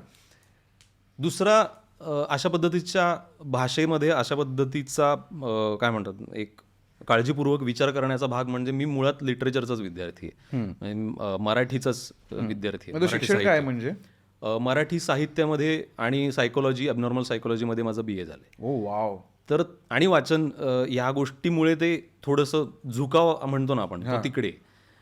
आणि आता अस्सल मुंबईचं गाणं असेल, हे पूर्णपणे कॉन्शियसली प्रत्येक शब्द पारखून उमजून समजूनच लिहिलेलं आहे. आणि तो लिहिलंय पण मी जवळजवळ 1.5-2 वर्ष नुसतं लिहितच होतो. 1-2 वर्ष लिहित होता? हा, आपलं बघा मायाशी नीट बोलायचं गाणं सुद्धा मी 8-10 महिने लिहित होतो. काय म्हणतो? हा, मग कंटाळ्याचा त्याचं एक व्हर्जन झाला. मग आपण मायाशी नीट बोलायचं या कॉन्टेक्स्टमध्ये जेव्हा करायचं माझं ठरलं, आळस आणि या सगळ्या अनिच्या कॉन्टेक्स्टमध्ये, तर तो पूर्ण एक वेगळं गाणं झालं. असं ती प्रोसेस चालू. मला हे मी थांबवतो मध्ये प्रश्न मला विचारायचं की प्रोसेस काय तुझी? एक गाणं तू रॅप लिहायला घेतोस, त्याची प्रोसेस काय आहे? प्रोसेस खूप अशी बऱ्यापैकी क्लमझी आहे. म्हणजे तिथे मी कुठलाच निर्बंध ठेवत नाही की मी आज एक गाणं लिहायला बसलो तर मी हे पूर्ण करणार. माझ्याकडे ना एक बंडल्ड नोट नावाचं ॲप आहे. कुठला? बंडल नोट्स, हा. बंडल्ड नोट्स असं. तर त्याच्यात आहे ना असे काही टॅग्स आहेत, म्हणजे rap ideas, working on, rough work, catchy lines, independent rhyme schemes, words, असे काही टॅग्स आहेत. आणि ते त्या टॅगमध्ये ना मला जे वापरावं असं वाटतं, जे सुचतं ते त्या कॅटेगरीमध्ये मी ते सेव्ह करत असतो. ती डायरी आहे ती. हां, इन अ वे ती फोनवरची डायरी आहे. हा. तर त्याच्यात बरीच वर्किंग ऑन या सेक्शनमध्ये ना इतकी अर्धी गाणी आहेत ना, हा. म्हणजे ती कसं होतं बऱ्याचदा आपल्याला काय कुठून सुचतं, कुठल्या व्हॅन्टेज पॉईंटवरून सुचतं नाही सांगता येत. म्हणजे तुला विषय म्हणून सुचेल, तुला एखादा फक्त ना एक वर्ष असा सुचतो की अरे म्हणायला खूप मजा येते, हा. बडबड गीतासारखी मजा येते, हा. तर म्हणा. मग ते तसं सुचतं. काही वेळा असं असतं की एक ओळ सुचते आणि त्या ओळीमध्ये इतकी मजा असते की आता मला पुढचं काहीतरी कन्स्ट्रक्ट केलं पाहिजे, रचलं पाहिजे असा विचार येतो. सो ते तसे रॅप्स आहेत. मग मी त्यांना तसा फोर्स नाही करत की आता आपल्याला एवढं सुचलंय तर आता पूर्ण करूया आणि ह्याचं आपण एक्झिक्युशन करूया. त्याची एक अवस्था आहे. म्हणजे आत्तासुद्धा आपण एका दिवसामध्ये जितक्या अवस्था बघतो, स्वतःच्या अनुभवतो, त्या प्रत्येक काही सारख्या नसतात. म्हणजे तुला आत्ता एक वाटतं, नंतर वेगळं वाटतं. तर त्या वाटण्याचं काही ना काहीतरी एक आर्टिक्युलेशन होत असतं. आणि ते आर्टिक्युलेशन कधीतरी 1-2 वर्षापूर्वी एक गाणं लिहिलं होतं आणि त्याला हे कंटिन्युटीमध्ये खूप चांगलं वाटतंय मला, मी आत्ता जे म्हणतोय ते. हा. तर मग मी ते त्याला तसं जॉईन करतो. असं ते एक ॲडअप होत जाते ती ओळ, किंवा एक कधी खूप भरपूर ॲड होतं. हा. 1-2 गाणी अशी पण आहेत की जी एक 1 स्ट्रोक लिहून झाली, ओके. पण ती खूप रेअरली माझ्या बाबतीत होतं. अशी अर्धी मी पूर्ण करत राहण्याचीच प्रोसेस माझी खूप जास्त आहे. आणि मग त्यामुळे ट्यून कशी तू ठरवतोस? तेही द्व्यर्थी आहे. म्हणजे कधी मी दुहेरी आहे, द्व्यर्थी नाही. की कधी मी ट्यून आधी निवडतो, आवडलेली असते, आणि मला ह्याच्यावर काहीतरी ह्या पद्धतीचं म्हणावं असं वाटतंय. मग तो मूड सेट होतो ट्यूनमुळे, बीटमुळे. तर मग ह्या मूडमध्ये काहीतरी म्हणावं असं वाटतंय, मग ते लिहिलं जातं. बऱ्याचदा असं असतं की आधी काहीतरी लिहून झालेलं असतं, कंटेंट आधी हातात असतो, शब्द आधी माहिती असतात, आणि मग लय पण असते, कारण आपण फ्लोमध्येच रॅप म्हटलं की लिहिलं जातं बऱ्याचदा. आणि मग त्याला अनुसरून माझा एक अनिरुद्ध निमकर नावाचा मित्र आहे, म्युझिक कंपोजर, ज्याने माझ्याशी नीट बोलायचं म्युझिक कंपोज केलंय. तर मग पटकन त्याला फोन लावून मला अशा झोनचा एक बीट दे वगैरे असंही मी करतो. कारण कधी काय होतं, अवेलेबल युट्यूबच्या बीट्सवरती आपण फार रिलाय नाही राहू शकत, थोडं आपल्या पद्धतीचे कस्टम पण आपल्याला हवे असतात. मग ते तसं मी करतो. सो ते दोन्ही साईडनी ती प्रोसेस सुरू असते, आणि सगळे गाण्यांची कामं एकाच वेळी डोक्यात सुरू असतात माझ्या. म्हणजे एक गाणं पूर्ण झालं आणि ते हातावेगळं केलं असं जरी झालं तरी ते रेकॉर्ड होत नाही तोपर्यंत त्याच्यावरही काम कुठेतरी डोक्यात सुरू असतं. मग मधनंच एक ओळ बदल, मग अगदी आम्ही रेकॉर्डिंग बूथमध्ये पण कधी चेंजेस करतो. त्यामुळे तू असं की मला ते फरक पडत नाही, मला ते लिहायचं फक्त. हो, मला मांडायचंय, आणि मला त्या अवस्थेला ते खरं राहून मांडायचंय. मला जर आत्ता हे म्हणावं असं वाटत नाही तर मी नाही म्हणणार. बरोबर. मला ज्यावेळी हे म्हणावं असं वाटेल त्यावेळी मी त्याला जस्टिफाय करू शकेन, आणि मग मी हे म्हणेन की ओके, हा, ही ओळ मी आता अशी का म्हणाली. म्हणजे मी प्रत्येक वेळी आपण प्रत्येक जण आहे ना कुठला ना कुठेतरी फिल्टर लावून आपल्या गोष्टी हे करत असतो, जोखत असतो. तर माझा हा फिल्टर आहे की मला जर उद्या या ओळीविषयी कोणी विचारल्यासारखं विचारलं की हे असंच का लिहिलंस, जे मी करतोय, हा जे तू करतोयस, हे असंच का लिहिलंस, आणि हे तसं का नाही, किंवा ह्याच्याऐवजी हे का नाही लिहिलंस, तर मला सांगता आलं पाहिजे. मी तिथे हे नाही म्हणून चालणार की मला म्हणायचं होतं, मी म्हटलं, आता मला नाही माहिती मी काय करत. शक्यतो मी हे टाळतो. मला असं वाटतं की आपण जबाबदार असतो. आपण जे काही बोलतो, लिहिलं जातं आपल्याकडनं, लेखक म्हणून तर आपण खूपच जबाबदार असतो. कलाकार म्हणून, लेखकच असं नाही. जर तुम्ही कंटेंट क्रिएटर असाल आणि तुम्हाला जर का त्याच्यात करिअर करायचं असेल तर तुम्हाला सतत कंटेंट क्रिएट करत राहायला पाहिजे. पण मला त्याच्यात भीती काय वाटते माहिती आहे का, आपण जर सतत कंटेंट क्रिएट करत राहिलो आणि जर काही मुरूच दिलं नाही, जर आपल्या आतमध्ये काही रुजलंच नाही, फक्त आपल्याला दिसलंय आणि पटकन एक प्रतिक्रिया द्यायची, तर ती प्रतिक्रिया वरवरची होते, ती उथळ होते. बरोबर. आणि मग तिचा जीव जास्त नसतो. आणि हे कदाचित मी ना रील्स असतील किंवा जो एक शॉर्ट व्हिडिओ फॉर्मॅट आहे ना, त्याच्या बाबतीत मी मान्यही करेन की कंटेंट क्रिएटरनी तिथे तशाच पद्धतीने रिॲक्ट करावं. पण गाणी या बाबतीत मी बऱ्यापैकी मान्य नाही करणार, कारण ना गाणी हा फॉर्मॅटच असा आहे ना जो लाईफ लॉंग तुमच्यासोबत राहतो. एक्झॅक्टली. म्हणजे एव्हरग्रीन गाणं आपण एव्हरग्रीन म्हणतो, आपण एक रील एव्हरग्रीन आहे असं नाही म्हणत. रील एव्हरग्रीन कधीच कोण बोललं नाही, मी कोणीच म्हणू नये. ते रील तर आपण दुसऱ्या सेकंदाला विसरतो काय होऊन गेली ती. आणि माझं तेच म्हणणं आहे, आग्रह आहे हा माझा, की गाणी ही लक्षात राहण्यासाठीच असावीत, आणि ते संस्कार येतो एक. आपण म्हणजे मी तुला जेव्हा एक गाणं देतो तेव्हा माझ्याकडे एक पॅकेज आहे ज्याच्यामध्ये मी इमोशन्स, माझे विचार आणि माझं काहीतरी म्हणणं त्या त्या काळाशी रिलेव्हंट असलेलं जे कदाचित थोडंसं चिरकाल पण असेल, पण मी असं काहीतरी तुला देऊ करतोय आणि मी हे एक्सपेक्ट करतो बिईंग अ मेकर, तू ॲज अन प्रेक्षक म्हणून तुझ्याकडनं, की तू ह्याच्यावरती काहीतरी तुझ्या डोक्यात चक्र सुरू व्हावी, तू विचार करावास, तुझ्यात काहीतरी झिरपावं. म्हणजे मी या गोष्टीने फार फॅसिनेट होतो. अशी काही उदाहरणं आपण ऐकली आहेत बघ. मला वाटतं गुरु ठाकूर यांच्या बाबतीत एक उदाहरण होतं. त्यांनी एका शोमध्ये कवितांच्या कार्यक्रमामध्ये कोणीतरी एक जण उठून उभा राहिला. आता मी खूप तपशील चुकतील माझे, पण कॉन्टेक्स्ट लक्षात घेऊ आपण. आणि तो म्हणला की सर, तुमच्या गाण्यामुळे मी आज जिवंत आहे. मी आत्महत्या करायला निघालो होतो. मी कदाचित तो शेतकरी होता असं वाटतंय मला, आणि तुमचं खेळ मांडला मी गाणं ऐकलं आणि मला परत एकदा असं वाटलं की नाही, अजून एक चान्स गाणं लावलं की हो, फक्तच काटे येतात, दुसरं काही नाही. तर मला ना ही ताकद फार फार मोठी वाटते म्युझिकची. प्रचंड मोठी ताकद आहे. आणि हे वाया जाऊ नये कंटेंटच्या त्या फ्लोमध्ये, असंही मला फार वाटतं. ही काळजी वाटते काइंड ऑफ एका. आता गाणी करण्याची मेंटॅलिटीच कुठेतरी अशी व्हायला लागली आहे की ते 15 सेकंदाचं जरा काहीतरी असं काढ ना की जे खूप कॅची असेल, जे खूप मजेशीर असेल. मग म्युझिक कंपोजर किंवा लिरिसिस्ट किंवा रॅपर म्हणून हे सगळेजण त्याच्यावर जास्त काम करतात, अख्ख्या गाण्यावर कमी काम करतात. तर असं नाही झालं पाहिजे. म्हणजे तशाच पद्धतीची तुम्ही गाणी करणार असेल, हे तुम्ही ठरवलं असेल तर गोष्टच वेगळी. बरोबर. पण मला असं वाटतं माझी शेल्फ लाईफ कमी आहे. आणि एक गाणी त्यासाठी नसतात, हे माझं खूप पहिल्यापासून म्हणणं आहे. म्हणजे मी स्वतः माझ्याही आयुष्यात काही असा डाऊनफॉल होता ज्यावेळी मला गाण्यांनी तारलेलं आहे. लिंकिन पार्क असेल किंवा मराठीतलं आपल्या आरती प्रभू आणि ग्रेसची गाणी असतील, हृदयनाथ मंगेशकरांची असतील, ह्याच्यातनं मी बऱ्यापैकी स्वतःला सावरलेलं आहे. म्हणजे मला माहिती आहे ती म्युझिकमध्ये ताकद काय. तर मला हे समोर मग द्यायचं आहे अजून.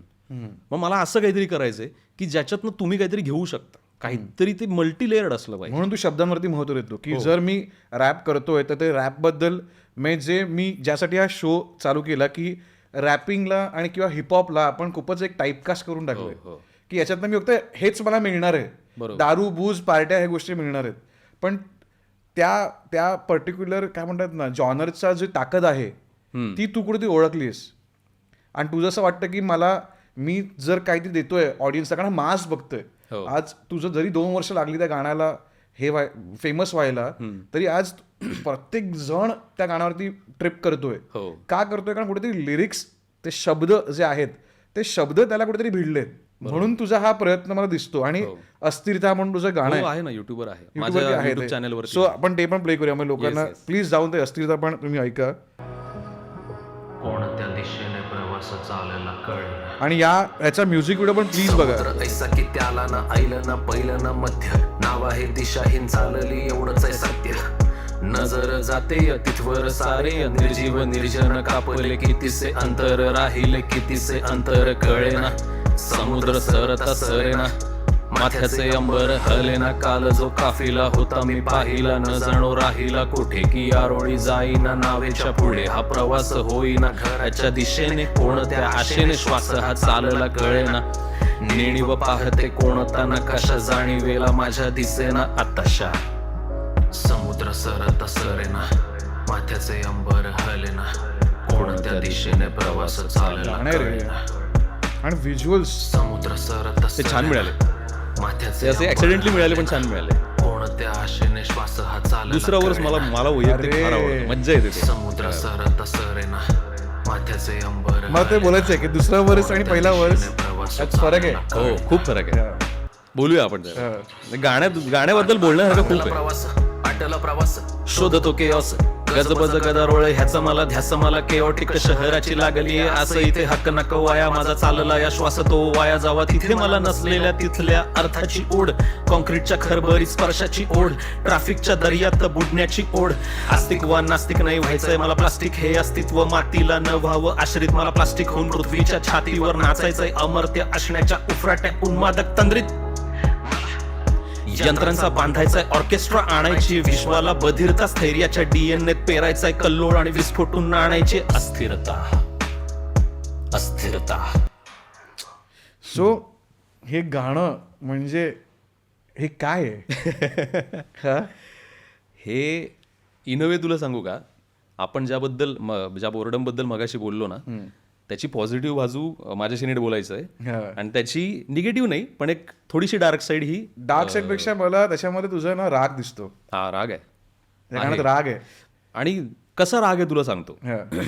पहिल्या वर्षमध्ये म्हणणंच हे आहे, जे मगाशी आपण जे एकांताबद्दल बोललो ना, की आपल्याकडे एकांताला फार जास्त हे केलं गेलं, त्याचं कौतुक आहे आणि करायलाच पाहिजे. म्हणजे आत्ताच्या काळात तर आयसोलेटेड असणं म्हणजे माय स्पेस. हां, आणि मायस्पेस म्हटलं तरी आपण त्यात मग तो मला कोणी उठवायला येऊ नका वगैरे तसं मायस्पेस तसं म्हणणं नाही आहे माझं. आत्मचिंतन करण्याची गरज आहे. फेज ही आपल्या प्रत्येकाने कधी ना कधी अनुभवली पाहिजे. रादर ती एक आपल्या आयुष्यात प्रत्येक वेळी असली पाहिजे, ज्याला आता मेडिटेशनचं नाव दिलं जातं, की तुम्ही दिवसातून 10 मिनिटं का होईना ते करा. आत्मचिंतनच येते एक प्रकार, की तुम्ही बाकी सगळा केवस बाजूला टाका आणि आत्मचिंतन करा. हे गाणं सुद्धा कोविडचं आणि लॉकडाऊनचं बाय प्रोडक्ट आहे. एकीकडे कंटाळ्याचं असं काहीतरी फनी गाणं होणं, माझ्याशी नीट बोलायचं सारखं, ते झालं. मी त्या कंटाळ्याची तशी अवस्था मी बघितली किंवा एक्सप्लोर केली. ही अवस्था आहे ना, ही एकांताच्या पुढे जाऊन एकांताचा कंटाळा आलेली अवस्था आहे. समुद्र ऐसा की त्याला नाहीलं ना पहिला मध्ये. हा समुद्र म्हणजे हा माझ्या पुढे मागे असलेल्या अमर्याद वेळेचा समुद्र आहे. म्हणजे तू विचार कर, तू लॉकडाऊनमध्ये बसलायस, तुला माहित नाही किती काळ चालेल आणि तुझ्याकडे ना तुला फ्युचर दिसतंय ना पास्ट दिसतोय. तू आत्ताच्या क्षणामध्ये काही करू शकत नाहीस कारण तुला बंधन आहे त्या एका पेंडेमिकचं. तर तो हा समुद्र आहे. नावा हे दिशाहीन चालली एवढंच आहे सत्य. काला जो काफिला होता मी पाहिला न जाणो राहिला कुठे. म्हणजे मी इतका एकांत अनुभवलाय, आता ते अनुभवण्याचं सफरिंग झालेलं आहे. मी आता त्यातनं हे होतोय, मला त्याचा आता त्रास व्हायला लागलाय. आता मला एकांत नका देऊ. म्हणजे पहिला वर्ष हा पूर्णपणे त्या एकांताबद्दल असा आहे की ही मी ज्या नावेमध्ये आहे ती कुठे जाईल मला माहिती नाही आणि मी आता या अवस्थेला कंटाळलोय. आणि म्हणून दुसऱ्या वर्षमध्ये आतला प्रवास आटला प्रवास शोधतो केओस.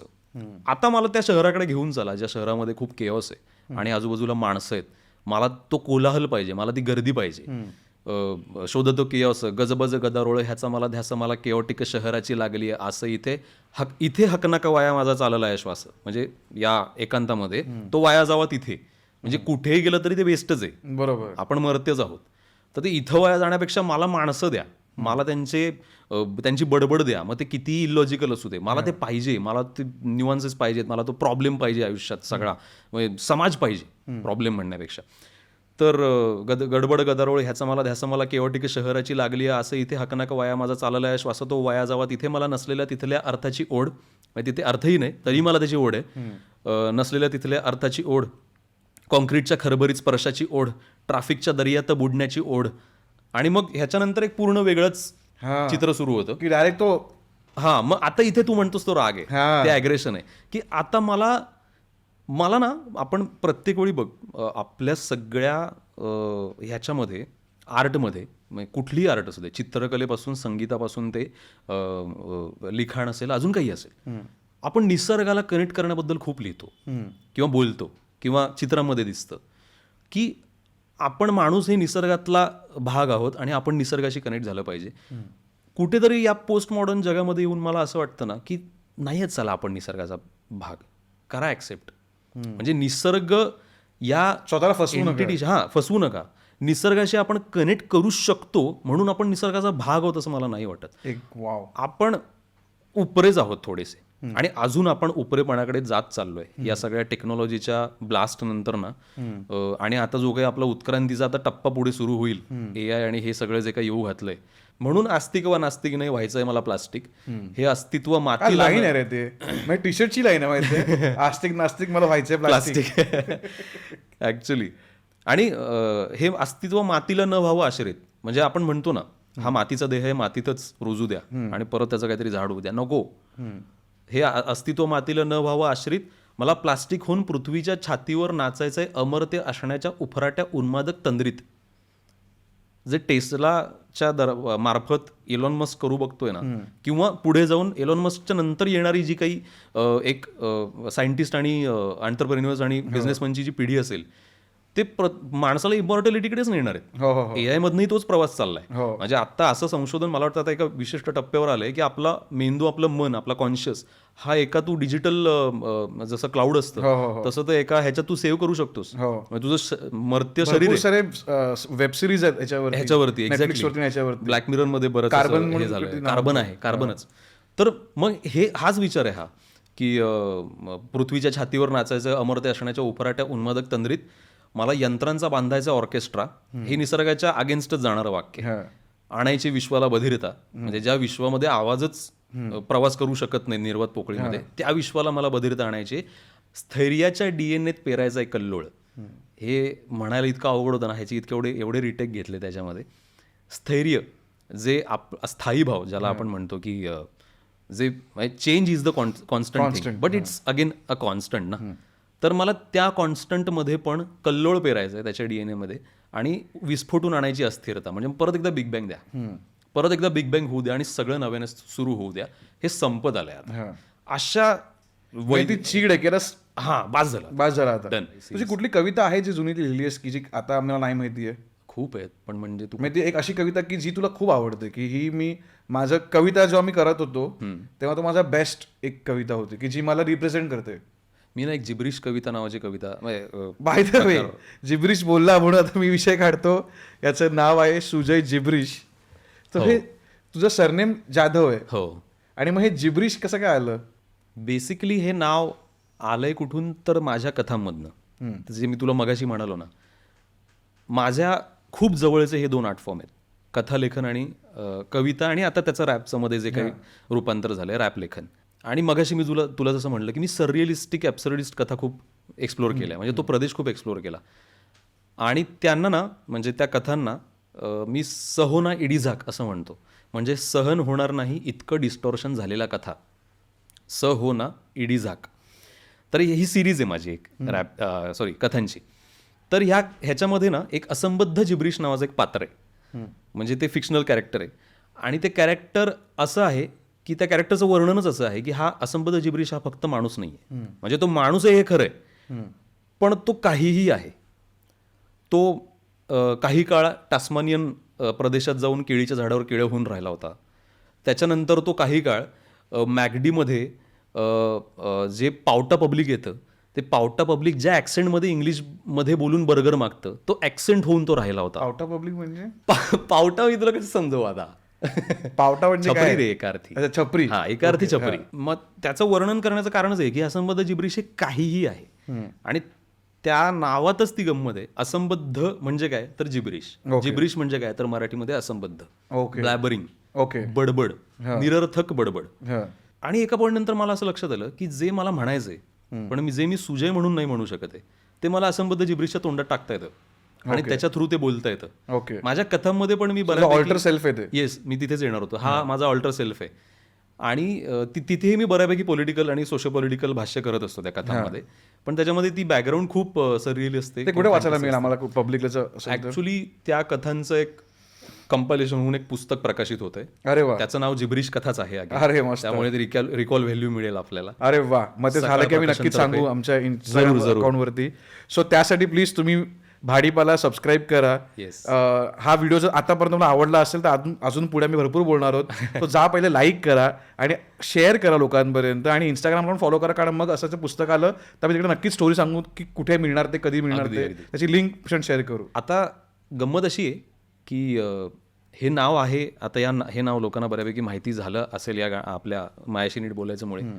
मी स्वतः त्या बाबतीत अजून कन्व्हिन्स नाहीये. मला माहित नाही, आय डोंट नो, मी हे चेंज करेन पुढे जाऊन. मी काहीच ह्याच्याबद्दल शुअर नाही आहे. मला आत्ता ते खूप आवडलं होतं, ज्यावेळी मी ते पेन डाऊन केलं, नाही मजा आहे याच्यामध्ये. मधनंच आहे ना एक अशी फेज येते, एक अवस्था अशी येते, काय हे नाव चायला, कशाला नाव घेतलं आपण एक काम करू, काहीतरी तुम्ही कमेंट करून सांगा की ह्याचं नाव सुजय जिब्रिश आहे, तुम्हाला आवडतं की याने चेंज केलं पाहिजे. जर तुमच्या मॅक्झिमम कमेंट्स येतील तसं आम्ही वागू. चालेल. सो तू आता हे जिब्रिश जे करतोस म्हणजे तेच बडबड गीतं टाईप आहे, तर तू आजकाल रॅप पण बडबड गीतासारखे करायला लागलेस. काही तुला असं आवडतं करायला, ते काय आहे तुझं प्रयत्न? तो माझा ना एक खूप काय म्हणतात, एखादी गोष्ट आपल्याला खूप आवडते आणि असं वाटतं ना की हे कसलं भारी, अरे हे बघ ना, किंवा हे अरे ह्याच्यात काहीतरी झालं पाहिजे यार.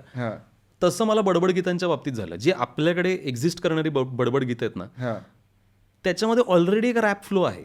उदाहरणार्थ कुठलं जुनं? अटक मटक चवळी, चटक चवळी झाली गोड गोड, जिभेला आला फोड फोड फोड, काही फुटे ना, घरचा पाहुणा हटे ना. रॅप वेगळं काय असतं? हो.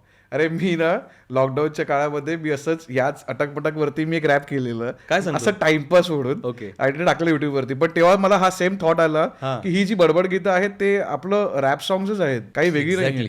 पण आता बनतच नाहीत तशी बडबड गीतं. मला तीच गंमत वाटते. म्हणजे कुठेतरी मला असं वाटतं ना की रॅप या टर्मिनॉलॉजीने जो फॉर्म आपल्याकडे येऊ घातला, तो पाश्चात्य फॉर्म आहे, तो स्ट्रीट आर्ट आहे तिकडची, जी तिकडे उदयाला आली आणि आता एक 30-40 वर्षांनी आपल्याकडे ती खूप जास्त फुलतीये. हा, नो डाऊट आपण त्यांना ते श्रेय दिलं पाहिजे आणि त्यांच्याकडनं ते बरंच काही काही घेतलं पाहिजे संचित, बरोबर. जे आपण घेतो पण फक्त ते घेऊन त्याला इमिटेट करायचं का, बरोबर. याच्याविषयी मी थोडा कन्सर्न आहे. म्हणजे तू जे म्हणतोस की स्टार्टिंगला की पहिलं कॉपी करायला शिक, असं पहिलं कॉपी आता पण केलंय. आता वेस्टर्न कल्चर रॅपिंग आपल्याला आलंय, आपण आपल्याला वेगळी कॉपी पण केलंय. Correct. ना आपली स्टाईल शोधा. एक्झॅक्टली. आणि ती स्टाईल आपल्याकडे आहे. म्हणजे आता आपण सगळेजण गणपतीच्या दिवसांमध्ये मोठ्या मोठ्या आवाजाने आरत्या म्हणतो. हा, कोणीतरी आपल्याला म्हणतं का रे तू बेसूर आरती म्हणतोयस? नाही, तेच आहे ना, रॅपमध्ये पण तेच आहे. तुम्हाला गायला यायला पाहिजे असं काही नाही. बरोबर. सगळेजण आपण आरत्या म्हणत मोठे झालोय. आपल्या सगळ्यांना रिदम कळतो. आपल्याला लयीत म्हणायचं कसं, काही असेल, चरण असेल, कडवं असेल, ते आपल्याला म्हणता येतं. मग आणि आपल्याला काहीतरी मांडायचंही असतं. रॅपला एवढंच तर लागतं ना. म्युझिक एक चल कोणीतरी तुझा थर्ड पार्टी करेल, पण तुझ्याकडून किंवा तू केलंस तर अजून सोनेवन पिवळं, हो. पण तुझ्याकडून खरं तर गरज जी आहे ती पूर्ण होते. हा, मग मला तेच म्हणायचंय, म्हणजे आपल्याकडे रॅपचे काही पुटं ऑलरेडी होती आपल्या फॉर्म्समध्ये, पोवाड्यामध्ये होती. पोवाडे सुद्धा आपल्याकडे पूर्णपणे ती त्यात गायकी नाहीये अशी, आणि खूप ते असं गद्य पण म्हटल्यासारखं नाहीये, ते मध्ये रॅप सारखं. आरत्या मी म्हटलं तसं, बडबड गीतं जी लहानपणापासून आपण म्हणत आलो, ऐकत आलो, तर हे सगळं आपल्याकडे होतच की. मग यालाच आपण कंटिन्यू काही प्रमाणात झालं, पण मी असं म्हणत नाही का नाही झालं, असा माझा प्रश्न नाही आहे. बरेच काही रॅपर्सनी ते तशा पद्धतीने रॅप्स पण केलेले आहेत. मला तुला ते विचारायचं होतं की हे जे टेक्निकॅलिटी ऑफ रॅपिंग पण आहे, ते तुझ्या बोलण्यातनं जेव्हा तू सांगतोस तेव्हा तू त्याला आपल्या कवितेच्या ह्याच्यातनं बोलतोस की हे बडबड गीतं आहेत, हे ते आहेत, ते कसं काय तू केलंयस स्वतःच्या ह्याच्यात क्रॅक? एकतर मला ना ते सापडलं, म्हणजे मला असं वाटलं की अरे हे आपल्या समोर आहे, ह्याच्यासोबत आपण काही का करू नये. म्हणजे मी तुला उदाहरण म्हणून सांगतो, विंदा करंदीकरांची कुठलीही कविता घे, त्याच्यातली लय इतकी इनबिल्ट आहे ना त्यांच्या कवितेमध्ये की तू त्याचं ॲज इट इज रॅप करू शकतोस. त्यांचं तेच ते नावाचं एक त्यांची एक कविता आहे, मला आता ती म्हणता येणार नाही, पण तेच ते सकाळ दुपार तेच दंत तेच मंजन तेच जेवण तेच व्यंजन. मी आता शब्द चुकवतोय, पण असं ते लिहितात. तर तू डायरेक्ट ॲज अ रॅप करू शकतोस. बरोबर. किंवा मंगेश पाडगावकरांचं मोरू नावाचं एक पुस्तक होतं, ज्याच्यात मोरूच्या कविता असं सगळं होतं. तर मोरूच्या कविता ह्या तशाच पद्धतीने, बोलगाणी नावाचं मंगेश पाडगावकरांचं एक, त्यांनी स्वतः एक टॅग दिलेला कवितेचा फॉर्म आहे. अशी गाणी जी बोलता येतात, बोलगाणी. तर बोलगाणीच म्हणजे रॅप येणार आहे. त्याला तू म्युझिक लाव, बीट लाव, म्हणजे त्याचं जे होतं त्याला आपण रॅप म्हणतो. सुंदर. म्हणजे मला काय म्हणायचंय, आपण रॅपकडे पाश्चात्य कल्चर पासून असा प्रवास केलाय ना, आता उलटा प्रवास असा करूया ना की आपल्या कविता यांना आपण रॅपमध्ये कसं आणू शकतो. म्हणजे मी असं म्हणत नाही की ते आणा आणि त्याचं रॅप करा, असं नाही, पण तिकडून रिमिक्स करू नका. हा, रिमिक्स करू नका, पण तिकडून बघत या, तुम्हाला कळेल की अरे हे ऑलरेडी होतं, हेही होतं, तेही होतं. फ्लो होता का, तर आपल्या मंत्रामध्ये तो फ्लो आहे, आपल्या आरत्यामध्ये तो फ्लो आहे, बडबड गीतात फ्लो आहे, पोवाड्यात फ्लो आहे. कंटेंट म्हणाल तर आपल्याकडे काही कमी नाहीये. म्हणायचं असेल तर तुम्हालाही म्हणता येतं आणि तुम्ही म्हणता सुद्धा. आपण सगळेजण काही ना काहीतरी म्हणतच असतो. मग हे सगळंच आपल्याकडे आहे, तर आपण रॅपला तशा पद्धतीने का बघू नये असं मला वाटतं. सुपर. पण ह्याच्यात मी असंही म्हणेन की असंच बघा असं माझं म्हणणं नाही आहे. म्हणजे मी तुला एक किस्सा सांगतो काय झाला. तोडीमिल फॅन्टसीच्या निमित्ताने ना मी अंडरग्राऊंड रॅप सीन थोडासा तिकडचा एक्सप्लोर केला, लालबाग परळचा. तर तोपर्यंत मी केलाच नव्हता. रॅप बॅटल्स माहितीच ना, सायफर होतं, ते युट्यूब व्हिडिओ बघूनच माहिती होतं. म्हणून एक दिवशी गेलो आणि तिकडे जे सगळे रॅपर बघून मी सरदच झालो. म्हणलं आयला आपण तर लईच वेगळे होतो, आयला हे काहीतरी डेंजर आहे. तर त्यामध्ये ना म्हणजे मी गेलो होतो कशासाठी, तर आमचं अस्सल मुंबई आपलं जे गाणं आहे ना, ते त्यावेळी लिहून झालं होतं आणि मला त्याच्यासाठी कोणीतरी असा मॅन हवा होता की जो मला बीट करून देईल. आणि मी खूपच नवखा होतं. म्हणजे ऍक्च्युली ते माझं पहिलं रॅप आहे जे प्रॉपर लिहून पूर्ण झालं, रेकॉर्ड झालं. तर ते मी तसा भटकत होतो की अरे बघ ना, मला ह्याच्यावरती काहीतरी करायचंय. तर मी एका रॅपरला आणि बीट मेकरला भेटलो. तर मी त्याला ना माझी फिलॉसॉफी सांगत होतो की मी कशा पद्धतीचं रॅप करू बघतोय, काय करू बघतोय. आणि मी त्याला ना बोलता बोलता लय टेचात उदाहरण दिलं की भाई मला ना कसं रॅप करायचं माहिती आहे काय, भय इथले संपत नाहीचा हुक आणि तशा लेवलचा वर्स माझा असे, आणि परत भय इथले संपत नाहीचा हुक आणि माझा वर्स, असं मला रॅप करायचं आहे भाई. तर त्याचा पहिला प्रश्न होता, भय इथले संपत नाही हे काय. मला झालं तुला भय इथले संपत नाही हे गाणं माहीत नाही आहे. तेव्हा मी थोडासा असा मला ते खटकलं बरं का. पण नंतर मी या गोष्टीचा विचार केला, माझ्या लक्षात आलं की हे मला खटकायलाच नाही पाहिजे होतं. बरोबर. मी हे का एक्सपेक्ट करतो की हे त्याला माहिती असलं पाहिजे. हे इतकं जनरलाइज्ड आपण का करतोय की आपल्याकडचा काही XYZ जे कल्ट क्लासिक आहे ते सगळ्यांना आत्ता माहिती असेल आणि सगळेजण त्याच्यातनं काहीतरी अर्थबोध घेऊन त्याचं काहीतरी करत असतील. बरोबर. त्याचं वेगळंच कल्चर आहे ना.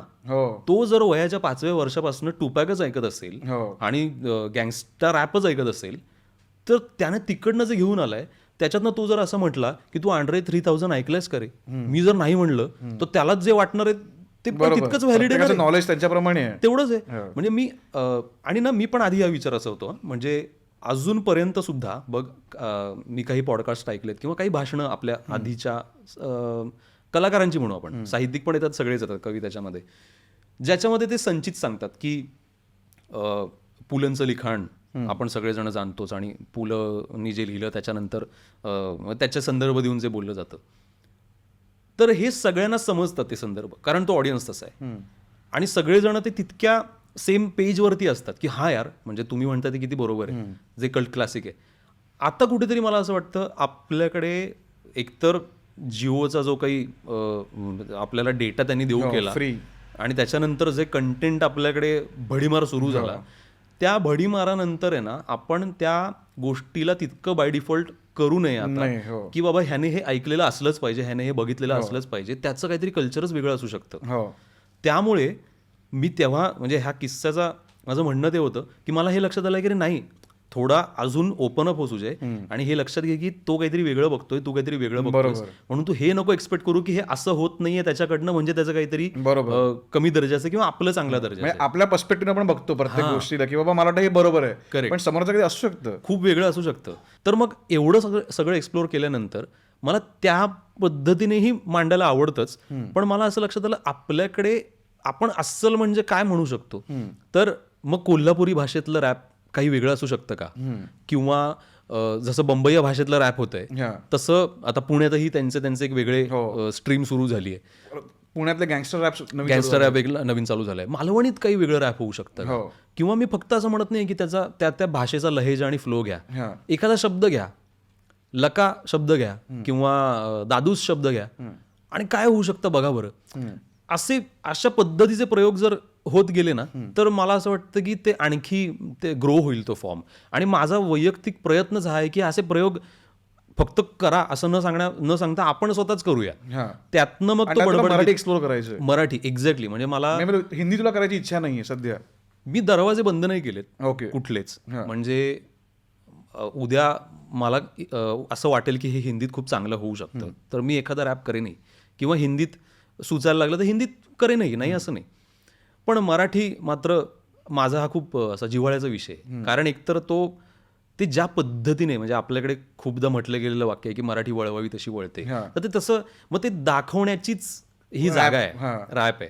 तर मग वळवूया ना, मग आपण करून बघूया ना प्रयत्न. मग तू कुठलं बडबडगीत केलंयस ते, त्याचं जर लिरिक्स बोलून दाखव. मी ना एक मंजी नावाचं एक बडबड गीत केलं होतं. आता या बडबड गीताचा अर्थ तसा काही नाही, म्हणजे होलसम मी तुला काही त्याचं असं हिडन मिनिंग किंवा कॉन्टेक्स्ट असं काही सांगता येणार नाही. एक बेसिक स्टोरी टेलिंग आहे त्याच्यामध्ये. तर ते आणि बडबड गीताचा दुसरा उद्देश तरी काय असतो रे, तर ते असं आहे. मंजी घाले रुंजी खाते अंजीर तिची पणजी म्हणशींची अगमंजी माझी चंची घडवंची वर बक्की माझी उंची कुठं पुरती मी खुरटी अग कारटी जरा थांबकी कुठं पळती जरा थांबकी जरा थांबकी जरा थांबकी. तर धावता धावता मंजी बोले चावता चावता अंजीराजी सारखं सारखं काय ना काय तर काम तू काय ग सांगती मला जायचं हाय ग आयतं खायला वैतरणीच्या काठी माझ्या मैत्रिणीच्या पार्टीत मला जाऊ दे म्हणते मंजी तर आजी म्हणते चंची मला जाऊ दे म्हणते मंजी तर आजी म्हणते चंची घडवंची वर बक्की माझी उंची कुठं पुरती मी खुरटी अग कारटी जरा थांबकी कुठं पळती जरा थांबकी जरा थांबकी जरा थांबकी जरा डन. हे बडबड गीते खतरनाक भाई. तर ह्याच्यातनं घ्यावं काय तर गेयता घ्यावी. ती लय घ्यावी हा. आणि त्याची मजा आणि घ्यावी. आजी मंजीची मजा बघायची. आजी आणि मंजेची मजा. सो सध्या तुझं एक्सप्लोरेशन चालू आहे ह्या रॅपिंगला घेऊन. सो आता आम्हाला अजून पुढे काय बघायला मिळणार तुझ्याकडनं? मी भरपूर आता आपलं माझ्याशी नीट बोलायचंच गाणं व्हायरल झाल्यानंतर हा. तर मी खूप ॲक्टिव्ह झालो. म्हणजे ऑनेस्टली मी खरं तर आहे ना फार गाणी रिलीज करण्याच्या झोनमध्ये नव्हतो हा. या 2 वर्षामध्ये. म्हणून माझ्या यूट्यूब चॅनलवर पण तीनच गाणी आहेत. हा. त्याचं सगळ्यात महत्त्वाचं कारण म्हणजे जे मी गाण्यातनंच बोललो आळशीपणा. हा. तो आळशीपणा कशा अर्थाने, गाणं एक्झिक्यूट करेपर्यंत म्हणजे ऑडिओ लेवलला मला ते खूप मजा देतं. एन्थुझियास्टिक. तुला माहिती आहे हेनरी काट्या बिसॉन म्हणून एक फोटोग्राफर होता, ओके, लेजेंडरी फोटोग्राफर. त्याचं एक वाक्य होतं असं फेमस, मी ते सेम बोलत नाही पण त्याचा अर्थ सांगतो तुला, ओके. की photography is like a hunting for me. अच्छा. I hunt, I never think about cooking. ओ वा वा वा. क्या सो बात आहे. तसं काहीतरी तुझं तसं आहे काहीच आहे. की मला ते हंटिंग प्रोसेस ती आवडते. process एकदा आवडते. झालं की तर त्याचं पुढे काय करायचं बाबा तुम्ही बघून घ्या. हा ना यार. म्हणजे मी तुला ऑनेस्टली सांगू का, ही काही माझी तक्रार नाही आहे किंवा मी ह्याच्या अगेन्स्ट नाही आहे, पण आहे ना मला समहाऊ असं वाटतं की अरे गाणी ही ऐकण्यासाठी असतात. हा. गाणी ऐका, म्युझिक व्हिडिओ कशाला पाहिजे तुम्हाला असं मला वाटतं. I am not against it. Yes, yes, yes. असला पाहिजे ते बघायलाही, पण गाणं श्रवणीय पण असलं पाहिजे. हो, हो. मी तुम्हाला गाणं Audio देतो first येते. मी तुम्हाला गाणं देतो, व्हिडिओचा मला कंटाळा येतो, पण नो डाऊट ते केलं पण पाहिजे कारण सध्याच्या काळाची डिमांड आहे, गरज आहे. सो आता बॅक टू बॅक मी गाणी करतोय आणि वेगवेगळ्या झोनची करतोय आणि मला ती एक फार आवड आहे किंवा ते एक मला फार हिरिरीने करायचं आहे की वेगवेगळ्या झोनचं करूया. मस्त म्हणजे हे आवडलं ह्या झोनचं तर करूच, मायाशी नीट बोलायच्या झोनचं तर करूच, पण अजून अस्थिरतेचा एक झोन आहे, बडबड गीतांचा एक झोन आहे, अजून काहीतरी एक वेगळा मिळेल प्रवास नक्कीच तुझा जो अभ्यास बघता मला वाटतंच की तू थांबणार तर नाही बिलकुल, तू कधी करत राहणारच आहेस. अगदीच. मग मला असंही वाटतं की तू पुढे जाऊन पिक्चर पण बनवशील कारण तुला स्टोरी टेलिंग करायला आवडते आणि त्याचं फॉर्मॅट्स चेंज होत चाललेत. हो. सो तुला ऑल द बेस्ट तुझ्या जर्नीसाठी. आणि आपल्याला असं वाटतं की ह्याच्याकडनं अजून ह्याचा आळस निघालेला आहे बाहेर आणि नवीन आपल्याला गोष्टी बघायला मिळतील सुजयकडनं. So Sujay gibberish, thank you so much Thanks आमच्या या भाडकासवरती आल्याबद्दल आणि अशीच या रॅपिंगमध्ये क्रांती करत राहा. नक्कीच. लफडी करायला आम्ही आहोतच. सो आमची इथे आम्ही एक प्रथा केली आहे की आम्ही जे पण आमचे गेस्ट येत आहेत त्यांची आम्ही सगळे फॅन आहोत तुमचे म्हणून तुम्हाला बोलवतो, तर तुमचे आम्हाला ऑटोग्राफ पाहिजे आमच्या टी शर्टवरती. सो याच्यावरती ऑलरेडी प्लीज घेऊन येतो. सो हे आमचं आहे. सो याच्यावरती आतापर्यंत सृष्टी तावडेचं आहे, 100 RBAचं आहे. आता तुझं पण याच्यात नाव आम्हाला टाकायचं आहे. Please do the honours. Sujay जिब्रिशची सही पहिल्यांदा करतो. अरे वा. हो, हे सगळं पहिलंच आहे माझ्या बाबतीत.